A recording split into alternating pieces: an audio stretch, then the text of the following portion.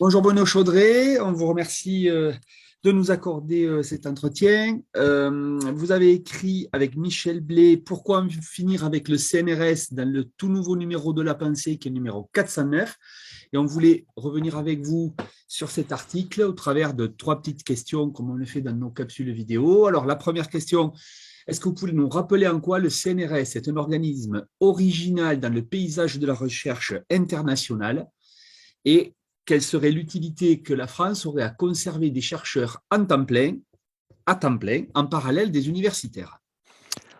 Bon, d'abord, peut-être ce qu'on a fait dans le numéro de la pensée, il faut commencer par faire un tout petit peu d'histoire. Pourquoi a-t-on créé le CNRS? On a créé le CNRS à cause de la faiblesse de la recherche française. Et même Pasteur avait dit que c'était une des causes de la défaite de 1870. Donc on a créé le CNRS pour ça et on s'est doté de chercheurs à temps plein pour pouvoir développer euh, de manière libre la recherche. Il faut savoir que le premier objectif du CNRS, c'est l'avancée des connaissances. Et donc, ces deux points, chercheurs à temps plein, avancée des connaissances, sont une originalité. Alors, la troisième originalité du CNRS, c'est l'organisation scientifique collégiale, avec le Comité national de la recherche scientifique, qui à l'origine était dédié à la discussion des grandes orientations scientifiques que devait prendre la recherche française. Il en a été largement dépossédé, mais ces trois points font l'originalité du CNRS. Alors pourquoi a-t-on besoin de chercheurs à temps plein à côté des universitaires? D'abord, parce que ça assure le temps de développer une recherche libre, originale. Je ne dis pas là que les universitaires ne font pas de recherche libre et originale. Par contre, le fait d'avoir des chercheurs à temps plein donne le temps de pouvoir explorer des domaines un peu risqués, et ça a donné par le passé des résultats comme Jules Hoffmann avec la mouche drosophile. Ça n'intéressait personne. On ne pensait pas que l'immunité était acquise. Et Jules Hoffmann, prix Nobel, rend hommage au CNRS pour ça. C'est vrai aussi pour d'autres, comme Jean-Pierre Sauvage, qui a développé des machines moléculaires, où ça servait à rien à l'époque. Ça sert toujours peut-être pas, mais c'est une recherche absolument originale qui reproduit les mécanismes de transformation de l'énergie chimique en énergie mécanique. Et je pourrais citer plein d'exemples. Et tous ont eu le temps de faire cette recherche et ont rendu hommage au CNRS pour ça.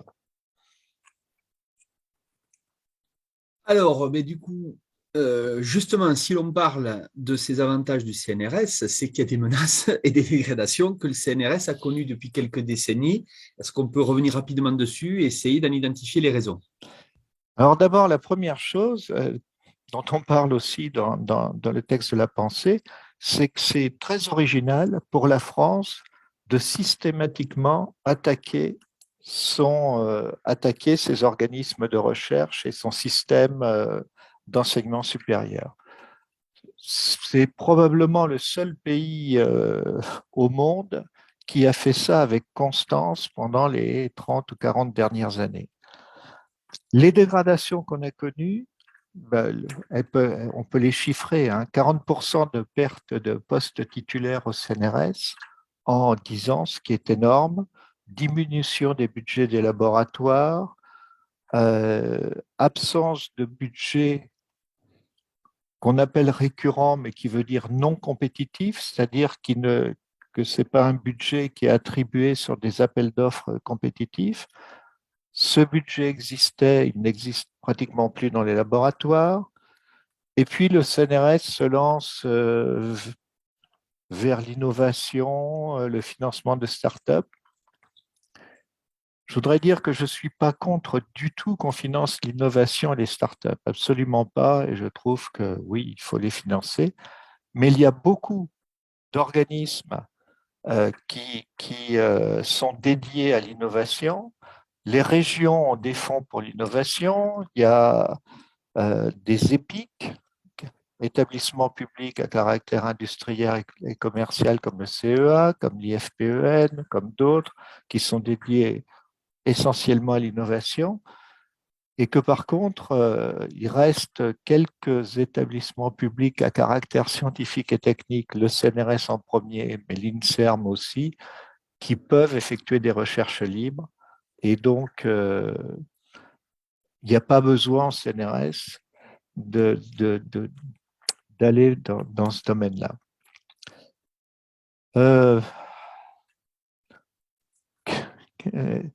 Alors, qu'est-ce qu'il y a comme autre dégradation? Oui, ben c'est déjà pas mal. Je crois. Ouais, c'est déjà pas mal.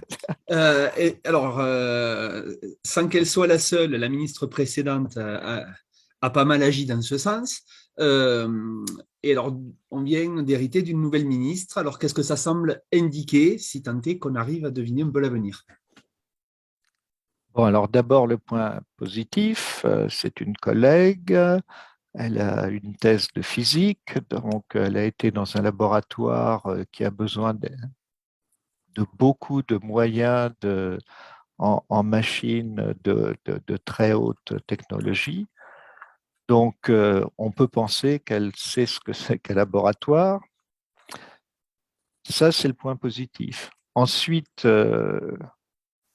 la vraie question, c'est est-ce qu'elle sera à même d'imposer un budget de la recherche en croissance et est-ce que la communauté scientifique sera à même de se mobiliser pour qu'on ait un budget en croissance et qu'on puisse redonner des postes de permanents, des perspectives pour les jeunes chercheurs.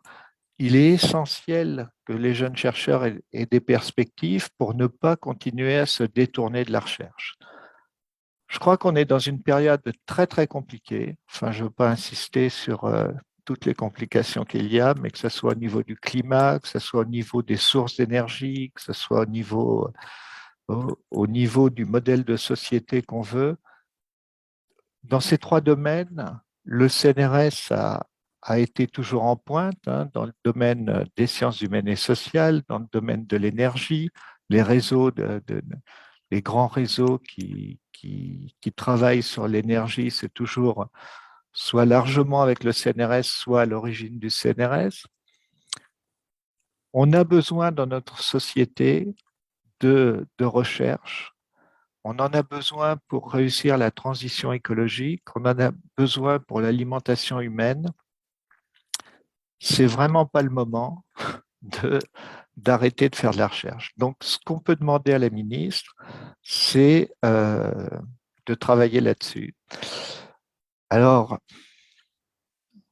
juste un petit point, la ministre est intéressée par le classement de Shanghai, qui a vu progresser Paris-Saclay, ce qui est très bien. Sauf que les Chinois sont en train de sortir du classement de Shanghai, puisqu'ils se rendent compte que ça ne leur sert à rien pour leurs universités. Donc, il serait temps qu'au lieu de se comparer, de faire des machineries énormes qui ont fait perdre énormément de temps à toute la communauté scientifique, il serait temps qu'on se consacre aux vrais problèmes. Et pour moi, vu ma formation, ce qui m'intéresse en premier lieu, c'est la transition énergétique. Merci, ça sera le mot de la fin.